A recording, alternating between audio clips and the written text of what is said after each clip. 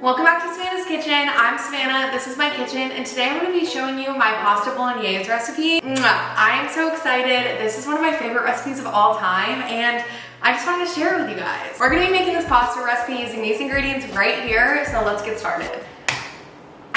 We're going to start this recipe with 1 carrot. I'm using the big boys, but if you have like the cute little ones, you can just use a couple of those. Carrot. Our first step with the carrot is to, what is this called? Oh, peeler. Jeez, like what? Our first step with the carrot is to peel it. So I'm just gonna start off doing that outer layer. I'm gonna start chopping up this carrot, and I'm going to be making it into little cubes. All right, girlies, we have our carrot all cut up. Now we're gonna move on to our celery. I'm gonna be using almost a full stalk of celery. About that one. Celery time. I secretly just love cutting celery for some reason. It is very fun for me. I like it a lot, especially doing the like motion. Oh, it's nice. That is nice. We have our carrot done, we have our celery done. Now we're gonna move on to our onion. I'm gonna be using half of a yellow onion. You can use a full one if you want, but just like put it in a bag and put it in the fridge if you don't. Okay, anyway, let's move on to our onion. Pink, oh gosh. Can you tell I watched SNL last night? I have Castle Roan stuck in my head. Love that diva. Now we're just gonna go ahead and dice up our onion. Okay, girlies, we have our sofrito ready. That is the mixture of the carrot, celery, and onion. The last thing that we're gonna be chopping is some pancetta, which is right here. It's like a bacon vibe. If you can't find this, you can just use bacon. The rest of this is gonna be happening on the stove though, which is kind of crazy. Literally only a little bit of chopping and then everything goes into the pot, which is why I love this recipe. I love a recipe that I can simmer on the stove for a while, get everything ready, and then just let it go. Do with that what you will. We are just going to try to cut this up as small as possible. Honestly, I way prefer buying this pre-cubed, but they didn't have me at the store. Slay. All right, with everything chopped, let's move this over to the stove. I'm gonna be taking you with me over to the stove today. We're not just doing stove cam because there's gonna be some yapping going on at the stove since most of this is on the stove. So let's go, girls. Woo! I threw my pancetta in a pot with some olive oil on the stove. Very important part of this process is a large wooden spoon. I love my large wooden spoon.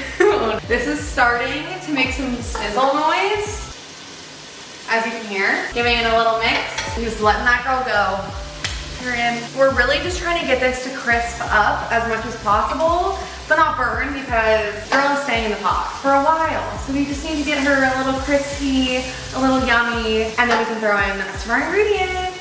If my face starts to get really red, I need you to not comment about it because I just get really red and it's hot over here. Gonna turn the heat down to about a 4 and add our veggies in. Okay, we have our veggies in the pot. I'm gonna give this a stir. We're gonna let this cook down for about 5 minutes till our vegetables are translucent and soft, and then we're gonna cook our meat. Our vegetables have cooked down a good amount. They look and smell delicious. So now it's time to add in our ground beef. Woohoo! I like hate the look of ground beef. How disgusting does this look? We're gonna add this into our pot, brown it up, and then we'll move on. Chunk it up.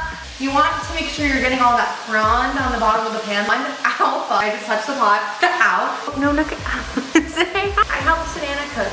Okay, girls, the meat is getting nice and brown, and we have some fat rendering off, so this is the perfect time to add in our tomato paste. Some people use tomato paste, some people use canned tomatoes. I personally just love tomato paste. I will be using about 3/4 of a cup here. I'm gonna add this to the pan, and then we're gonna let that caramelize for about 2 minutes. I use a white wine. You can, if you would like, use a red wine. I just personally like the contrast of a white wine with this like hearty recipe. We're gonna be using a cup of wine. I have a La Crema, you know Grise? You know Grise? I have a La Crema wine. Just use a nice white wine. You know what you like. Unless you're not 21, then you don't. Ask your mom. This is smelling so good, and I have the brown bits going on the bottom of our pan. So now we're gonna add in our wine.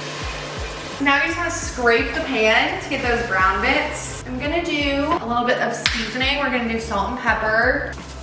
Also just gonna throw 1 bay leaf into here. Our wine is pretty much cooked off. I'm gonna add some stock into the pan, about a cup. You can use beef or chicken. I'm using chicken because I already have it open, but I guess ideally beef in this situation. Adding about a cup. My heat is set at around a 4. I'm gonna leave it there and cover our pot.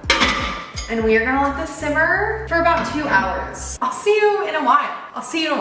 I'm like, where do I put the mic? I don't remember where I had it. All right, girlies, we paused the Real Housewives of New Jersey to check on the sauce. I'm going to take out my bay leaf. I've been letting my sauce simmer for a while, and now it's time to finish it off. The finishing touches, the Parmesan, the cream. What we're gonna do here is I'm gonna start by adding in a half cup of heavy cream.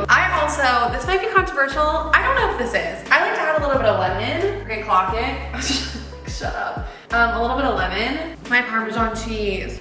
3/4 cup of Parmesan cheese that I pre-shredded while I was watching Real Housewives of New Jersey reunion because I like can't stand to edit another video where I'm making my shredding cheese face. So sorry guys. Sorry to take that away from you, but let's add our cheese into the pot. Guys, you have to try this. You have to try this.